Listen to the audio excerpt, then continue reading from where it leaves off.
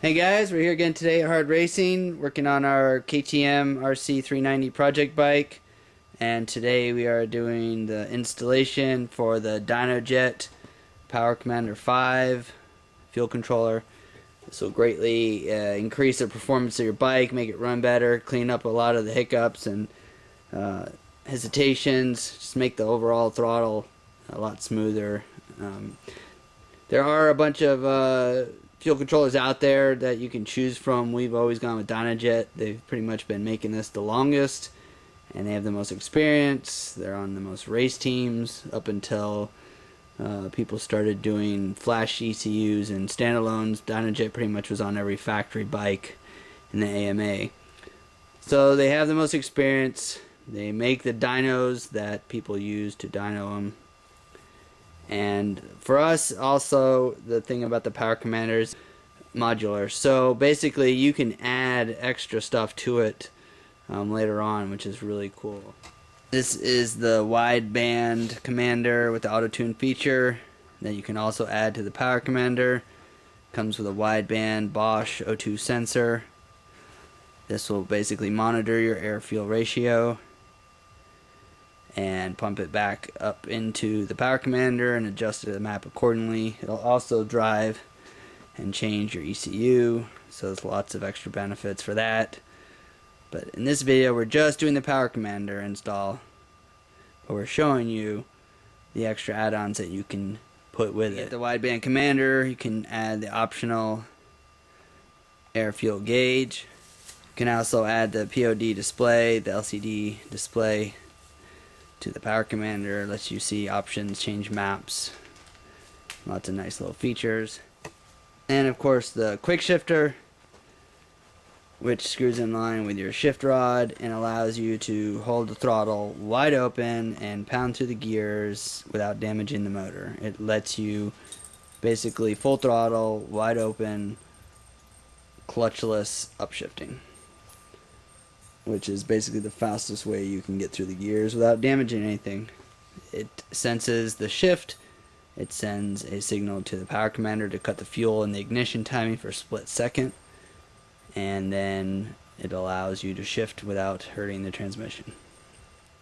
You can do the map selection switch, which you see here in the photo. The map selection switch lets you have two different maps in there stored at the same time, and you can toggle between the two of them. So basically, let's say you had one for your street and one for your track, or if you had one for the mountains, high up altitude, one for sea level, depending on where you live. So I mean, there's lots of different options and scenarios you can have them with. But again, that's what makes the PowerCommander really unique. Besides its top-notch quality, easy to install, map database that's readily available for free, and they always add more maps as they can. Another really nice thing about the PowerCommander over other controllers is it controls the fuel and the ignition timing. So not only can you adjust the fuel mapping, you can also adjust the ignition map as well. So you can advance some throttle timing, so that way you can get a little bit more horsepower. Obviously, if you're building your motor, definitely going to probably do some tweaking to the ignition timing, but for the most part, just adding a few degrees of advance, obviously, dependent on the application, can usually gain a little more horsepower. Also, allowing you another option on the PowerCommander is to raise the rev limit. So if you want a little bit more RPMs, you can raise the rev limit with the PowerCommander, and if you want to go crazy and keep on revving it, you can email DynoJet. They'll give you a code to unlock more revs, and that's another big feature of the PowerCommander that most other units do not offer. Alright, so first thing you want to do is remove the back seat, pull the latch, remove the battery box cover, take the battery out. We obviously have the super light one, save 6 pounds, a whole bunch smaller, but you can use your stock one as well. Disconnect the battery, remove it, and then you're going to go ahead and remove the tank cover. And you're going to remove your fuel cap. To get the cover off, you're going to remove the back bolts here. And obviously you already have the side bolts when you remove your fairings.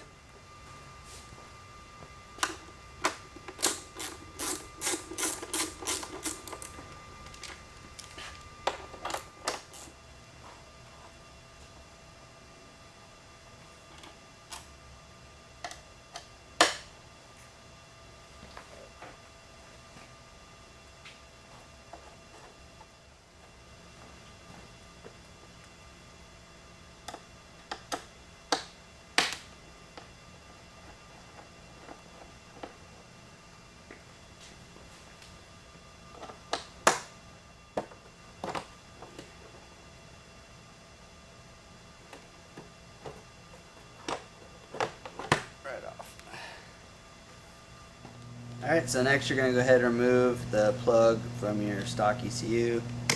Pull that down, slide it out, and then it's off.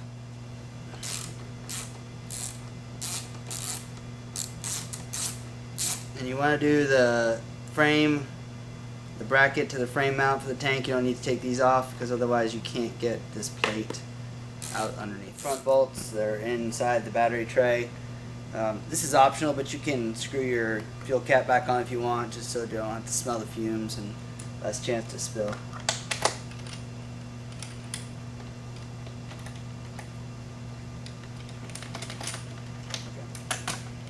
Alright, so once you got these back bolts or nuts off, there's one more Allen bolt right here in the middle.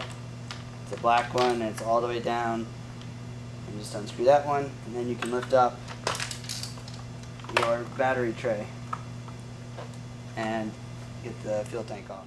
Alright, so before you remove the tank, you want to prepare it by unplugging the fuel pump there and your overflow there. All those other ones here are, let me get some light in there, are connected to the fuel. You don't need to undo those. And then down here, this one goes into your charcoal canister. Just disconnect it there. The less stuff you have to pull off of your bottom of the tank, the better. And then that way you can just lift up the tank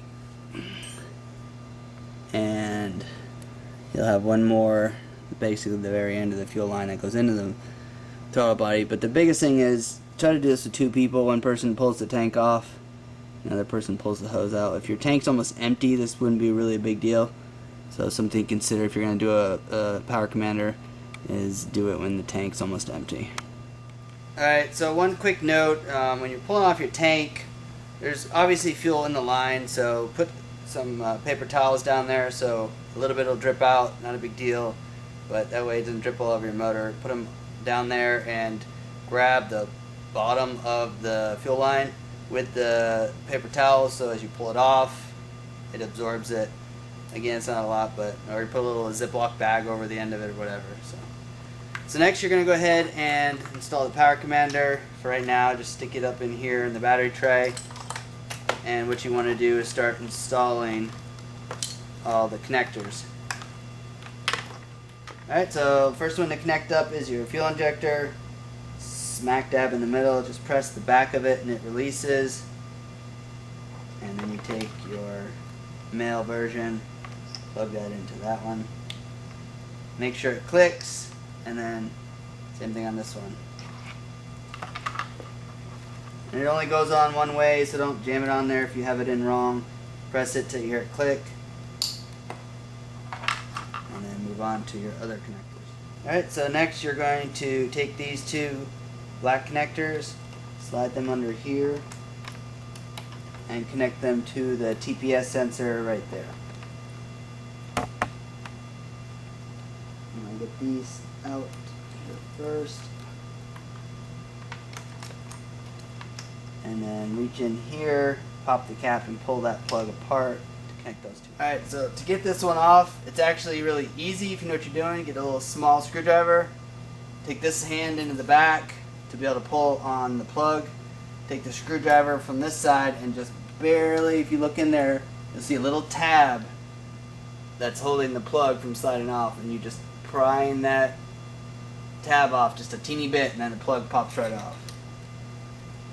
Obviously you're not going to see that on video, but that's how it is.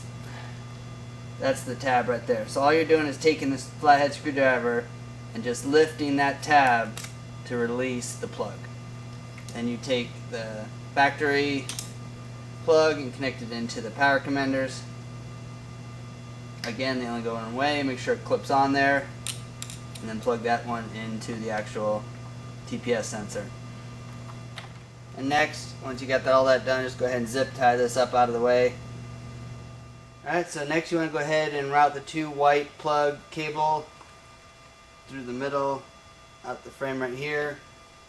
and you're going to tap into the ignition coil, which is right here, and it's got a little tab on the back, the very bottom. Again, your little flathead screwdriver, just gingerly pry that tab up, and then it comes loose.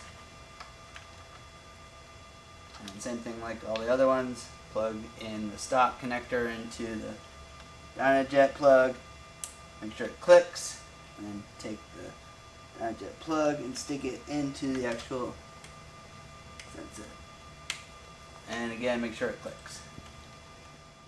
Alright, so the last plugs you're going to have over here in the harness, you're going to bring these two white plugs, or clear ones I should say, and obviously your charcoal and stuff's here, get that out of the way so you can have access. And you're going to see this 4-pin connector right here for your crank sensor, and you're just going to push the little tab.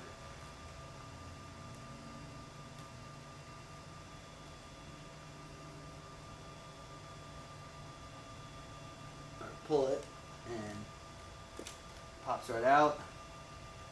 Same thing again, go ahead and clip in the sensor, make sure that it's going in the correct way. Here it click.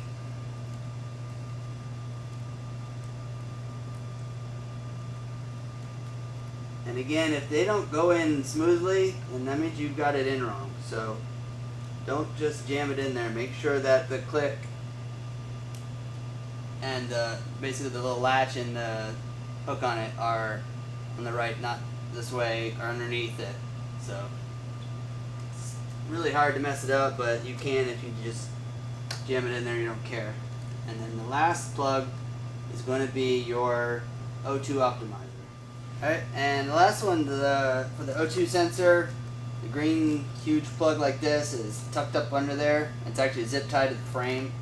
So to get it loose, you just have to cut the little zip tie. Not a big deal, just make sure you're cutting the zip tie, not a wire. And this one, once you get it out, it's pretty easy to do. You just basically pull this little red thing, this clip out, and then the plug comes right out. All you do, same thing, just plug that in, clip it in,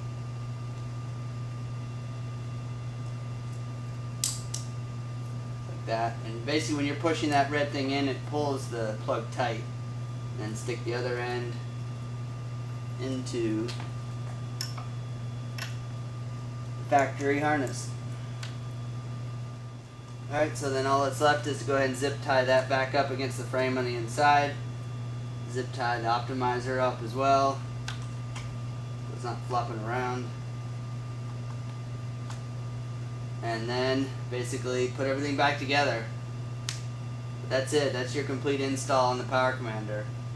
Now you're going to go ahead and put the tank back on, connect up the fuel pump, connect your hoses up, and hook up your battery. Right, so basically you want your PowerCommander up here. You're going to put your Velcro that comes with it, connect it to your battery. So you want it easily accessible so you can access the USB ports to put maps, change settings and whatnot. And also obviously this is your ground. That's going to go to the negative terminal on the battery. So once you go ahead and put your battery in there, then you're going to connect that and have the bolt go through both of them to ground it out. And from that point forward, you basically either upload a map. If you got it from us, we'd have a custom map already set up for you, and that way you pretty much just plug and play, just to install it and go ride and rock and roll. And we're going to have future videos obviously for the other accessories that plug into this, the wideband Autotune, the quick shifter. We can also show you some other stuff on it, but basically for right now this is all you need to do for the PowerCommander. Just button it all back up and go out and ride and enjoy it. So if you have any other questions, comments, product inquiries, just give us a call or check out our website. If you enjoyed the video, please give a thumbs up, and be sure to subscribe because we're going to have a lot more videos left for this bike. And just check out our website, hardracing.com. We'll get you taken care of.